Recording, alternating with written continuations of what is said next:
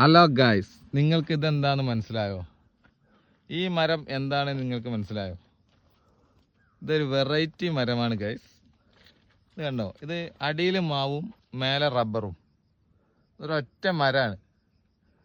ഇത് കണ്ടോ നിങ്ങൾ നോക്കി, അടിയിൽ മാവിൻ്റെ ഇല, മേലെ റബ്ബർ. എങ്ങനെയുണ്ട്? ഇങ്ങനെ പോയാൽ എവിടെ എത്തും?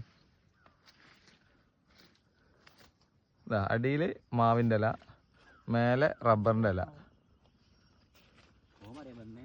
കണ്ടില്ല നിങ്ങള്? അടിയിന്ന് ഇതാ അടിയാണ്, ഇതിൻ്റെ അടി. ഒറ്റ മരത്തിന്മേലാണ് ഒരു മാവും റബ്ബറും.